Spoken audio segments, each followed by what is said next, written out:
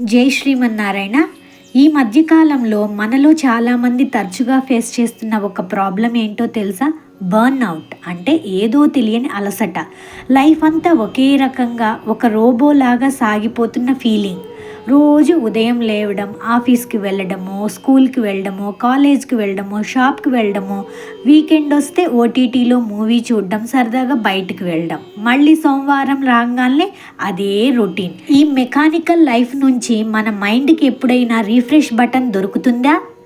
ఒకసారి ఆలోచించండి. డిసెంబర్ 31 రాత్రి 12 గంటలకు కేక్ కట్ చేసి హ్యాపీ న్యూ ఇయర్ చెప్పుకుంటాం కదా. కానీ ఆ ఒక్క రాత్రిలో మన లైఫ్లో ఏదైనా మ్యాజిక్ జరిగిపోతుందా? ఏమీ జరగదు. ఎందుకంటే మనం ఫాలో అవుతున్న ఆ క్యాలెండర్కి, మన చుట్టూ ఉన్న ప్రకృతికి ఎలాంటి కనెక్షన్ లేదు.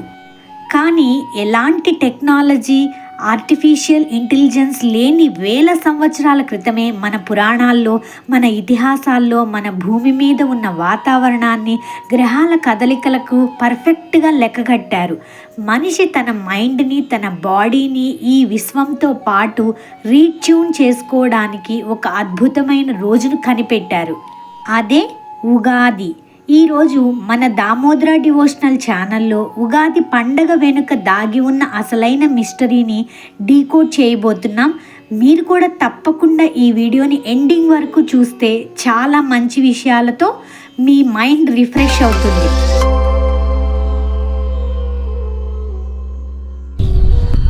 అసలు ఉగాది అనే పదం ఎలా వచ్చింది? యుగ ప్లస్ ఆది, ఈ రెండు పదాలు కలిస్తే యుగాది అయ్యింది. ఆది అంటే మొదలు, అంటే ఒక కొత్త కాలానికి మొదలు అని అర్థం. దీని వెనుక ఒక గొప్ప పురాణ గాథ ఉంది. ఒకసారి సత్యయుగం అంతమయ్యే టైంకి సోమాసురుడు అనే రాక్షసుడు బ్రహ్మదేవుడి దగ్గర ఉన్న వేదాలను దొంగిలించి సముద్రం అడుగున దాచేస్తాడు. వేదాలు లేకపోతే ఈ సృష్టి లేదు, జ్ఞానం లేదు. అప్పుడు ఆ వేదాలను తిరిగి తీసుకోవడానికి శ్రీ మహావిష్ణువు మత్స్యావతారం ఎత్తుతాడు. ఒక పెద్ద చేప రూపంలో సముద్రం అడుగున ఉన్న ఆ సోమాసురుడిని సంహరించి వేదాలను తీసుకొచ్చి మళ్ళీ బ్రహ్మదేవుడికి అప్పగిస్తాడు. ఆ వేదాల సహాయంతో బ్రహ్మదేవుడు మళ్ళీ ఈ సృష్టిని కొత్తగా తయారు చేయడం మొదలు పెడతాడు. అలా బ్రహ్మదేవుడు సృష్టిని స్టార్ట్ చేసిన మొదటి రోజే ఈ ఉగాది. అంతేకాదు, శ్రీరాముడికి అయోధ్యలో పట్టాభిషేకం జరిగింది కూడా సరిగ్గా ఈ రోజే అని రామాయణం చెప్తోంది. ఓకే, ఇదంతా పురాణం అయితే మన చరిత్రలో కూడా ఉగాదికి ఒక పెద్ద స్థానం ఉంది. మీరు పంచాంగం వింటున్నప్పుడు శాలివాహన శకం అనే మాట గమనించే ఉంటారు కదా. శాలివాహన కథ, జైమిని కథలు ఈ ఉగాదికి సంబంధించిన ప్రాచీన కథల్లో కూడా చెప్తూ ఉంటారు. ఇప్పుడు ఒకసారి మన ప్రాచీన భారతదేశ చరిత్రలో శకులు అనే విదేశీయులు మన దేశం మీదకు దండెత్తి చాలా ప్రాంతాలను ఆక్రమించుకున్నారు. ఆ టైంలో మన దక్షిణ భారతదేశాన్ని పాలిస్తున్న శాతవాహన రాజు గౌతమీపుత్ర శాతకర్ణి ఆ విదేశీయులైన శకులను ఎదుర్కొని వాళ్ళని చిత్తుగా ఓడించి మన దేశాన్ని కాపాడాడు. ఆయన అలా ఆ శకులను ఓడించి ఒక కొత్త శకానికి నాంది పలికాడు. ఆయన్నే శాలివాహనుడు అని కూడా అంటారు. ఆయన ఆ భారీ యుద్ధంలో గెలిచి సామ్రాజ్యాన్ని తిరిగి నిలబెట్టిన రోజే ఈ చైత్రశుద్ధ పాడ్యమి అంటే మన ఉగాది. ఆ విజయానికి గుర్తుగా అప్పటి నుంచి ఈ రోజుని మన వాళ్ళు కొత్త సంవత్సరంగా జరుపుకోవడం మొదలుపెట్టారు. అందుకే ఈ శాలివాహన క్యాలెండర్ అనేది మన తెలుగు వాళ్ళకి అంత గర్వకారణం. పండుగ అనగానే మనం తలస్నానం చేసి ఇంటి గుమ్మానికి మామిడి తోరణాలు కడతాం. ఇల్లు పచ్చగా కనిపించడానికి కడతారని మనం అనుకుంటాం. కానీ దాని వెనుక ఒక పెద్ద సైంటిఫిక్ రీజన్ ఉంది. ఏంటి? వసంత ఋతువు స్టార్ట్ అవ్వగానే వాతావరణంలో మార్పులు వచ్చి టెంపరేచర్ పెరుగుతుంది. ఈ టైంలో గాలిలో చాలా రకాల బ్యాక్టీరియాలు, ఇన్ఫెక్షన్లు డెవలప్ అవుతాయి. మామిడాకులకు ఉన్న పవర్ ఏంటి? అవి గాలిని ప్యూరిఫై చేస్తాయి. మన ఇంటి మెయిన్ డోర్కి మనం కట్టే మామిడి తోరణం అనేది మన పెద్దలు డిజైన్ చేసిన ఒక న్యాచురల్ ఎయిర్ ఫిల్టర్ అన్నమాట. ఇక మనం చేసే అతి ముఖ్యమైన పని ఉగాది పచ్చడి తినడం. ఈ ఉగాది పచ్చడి కేవలం ఒక ఫుడ్ ఐటెం కాదు, అది రాబోయే ఎండాకాలం మొత్తాన్ని తట్టుకోవడానికి మన బాడీకి మన మైండ్కి ఒకేసారి ఇచ్చే ఒక పవర్ఫుల్ హెల్త్ టానిక్ లాంటిది. దీని వెనుక అద్భుతమైన ఆయుర్వేదం కూడా ఉంది. తీపి అంటే బెల్లం సైంటిఫిక్గా చూస్తే ఎండాకాలంలో రక్తాన్ని శుద్ధి చేసి మనకి ఇన్స్టెంట్ ఎనర్జీని ఇస్తుంది. పులుపు కొత్త చింతపండుని వాడతాం కదా, ఇది మన డైజెషన్ సిస్టమ్ని అమాంతం యాక్టివేట్ చేస్తుంది. ఉప్పు చెమట రూపంలో నీరు బయటికి వెళ్ళిపోయినప్పుడు ఎలక్ట్రోలైట్స్ బ్యాలెన్స్ తప్పకుండా ఉప్పు కాపాడుతుంది. చేదు వేప పువ్వు వాడతాం కదా, సీజనల్గా వచ్చే ఎన్నో రకాల వైరస్లు రాకుండా ఇమ్యూన్ సిస్టమ్కి ఒక పెద్ద బూస్ట్ లాగా పనిచేస్తుంది. కారానికి కొంతమంది మిరపకాయలు పచ్చిమిర్చి వాడతారు కదా, ఇది మన బాడీలో బ్లడ్ సర్క్యులేషన్ని పెంచుతుంది.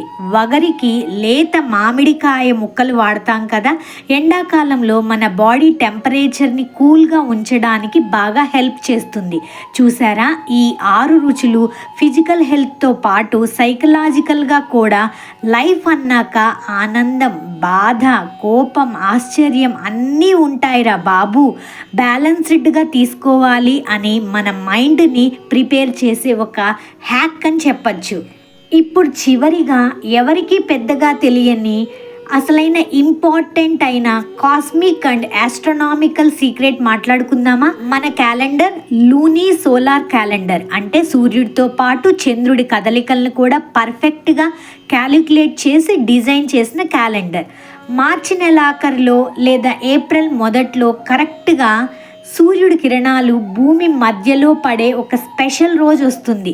దీన్నే స్ప్రింగ్ ఈక్వినాక్స్ అంటారు. సరిగ్గా ఈ టైం నుంచే వాతావరణంలో అతిపెద్ద మార్పు మొదలవుతుంది. ఇలా సూర్యుడు భూమి ఒక పర్ఫెక్ట్ అలైన్మెంట్లోకి వచ్చిన తర్వాత వచ్చే మొదటి అమావాస్య దాటిన మరుసటి రోజునే మనం ఉగాదిగా జరుపుకుంటాం.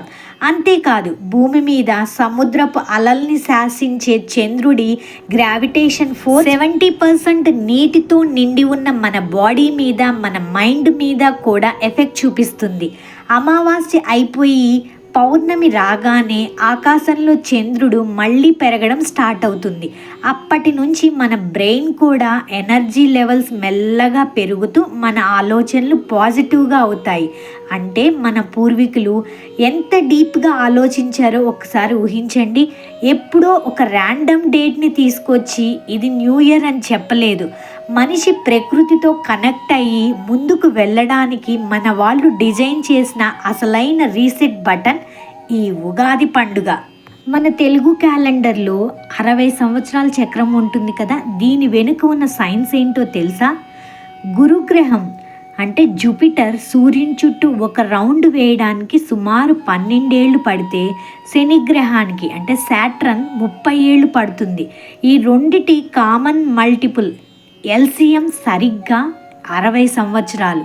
ప్రతి 60 ఏళ్లకు ఈ 2 గ్రహాలు మళ్ళీ ఒక సాపేక్ష ఖగోళ స్థానానికి వస్తాయి. దాన్ని బట్టే మన వాళ్ళు ప్రభవ, విభవ అంటూ 60 ఏళ్లకు పేర్లు పెట్టారు. ఉదాహరణకు 2025 ఈ లాస్ట్ ఇయర్ సంవత్సరం పేరు విశ్వావసు. ఇప్పుడు రాబోయే 2026 సంవత్సరం పేరు పరాభవ. పరాభవ అంటే సవాళ్ళు లేదా ఆటంకాలు ఎదురయ్యే కాలం అని అర్థం. జీవితంలో ప్రతి సంవత్సరం సులభంగా ఉండదని, కష్టాలను కూడా స్వీకరించడానికి సిద్ధంగా ఉండాలని ఈ ఏడాదుల పేర్లు మనకు ముందుగానే సూచిస్తాయి. విన్నారు కదా, ఉగాది పండుగ అంటే కేవలం ఒక క్యాలెండర్లో ఈవెంట్ కాదు. చీకటి ఎంత దట్టంగా ఉన్నా తిరిగి వెలుగు ఉద్భవిస్తుందని, కష్టాలు సుఖాలను సమానంగా స్వీకరిస్తూ స్థితప్రజ్ఞతో ముందుకు సాగాలన్నదే ఈ ఉగాది సమస్త మానవాళికి ఇస్తున్న సందేశం. లాస్ట్గా పంచాంగం గురించి, అసలు మనం ఎందుకు పంచాంగాన్ని శ్రవణం చేస్తామో మీకు ఎవరికైనా ఐడియా ఉందా? ఉగాది పండుగ నాడు అత్యంత కీలకమైన ఘట్టం పంచాంగ శ్రవణం. పంచ ప్లస్ అంగం అంటే 5 అంగాలు గల కాలగణన పట్టిక అని అర్థం. అవి తిథి, వారం, నక్షత్రం, యోగం, కరణం. తిథి గురించి వినడం వల్ల సంపద, వారం గురించి తెలుసుకోవడం వల్ల ఆయుష్, నక్షత్రం గురించి వింటే పాపాలు, యోగం గురించి తెలుసుకుంటే రోగాల నుంచి విముక్తి, కరణం గురించి వినడం వలన తలపెట్టిన కార్యాలు విజయవంతంగా పూర్తవుతాయి అని చెప్తున్నారు. ఈ పంచాంగం వినడం అనేది మన భౌతిక జీవితానికి కావలసిన ప్రణాళికను చేసుకోవడానికి, అలాగే మనసు సంసిద్ధంగా ఉండడానికి తోడ్పడుతుంది అని శాస్త్రాలు చెప్తున్నాయి. ఎవరి జన్మరాశుల ప్రకారం ఈ కొత్త సంవత్సరంలో ఆదాయం, వ్యయం, అలాగే రాజపూజ్యం, అవమానం ఎలా ఉన్నాయో తెలుసుకొని దానికి తగ్గట్లుగా రాబోయే ఏడాదికి పనులను ప్రణాళిక చేసుకుంటారు. గంగా నదిలో స్నానం చేస్తే ఎంత పుణ్యమో నూతన సంవత్సరంలో పంచాంగం వినడం కూడా అంతే పుణ్యప్రదం అని చెప్తున్నారు. ఈ రాబోయే ఏడాదిలో పెళ్లిళ్ళు, గృహప్రవేశాలు, కొత్త వ్యాపారాలు ప్రారంభించడానికి అనువైన సమయాలు ఎప్పుడెప్పుడు ఉన్నాయో ముందుగానే తెలుసుకోవడానికి కూడా ఈ పంచాంగ శ్రవణం ఉపయోగపడుతుంది.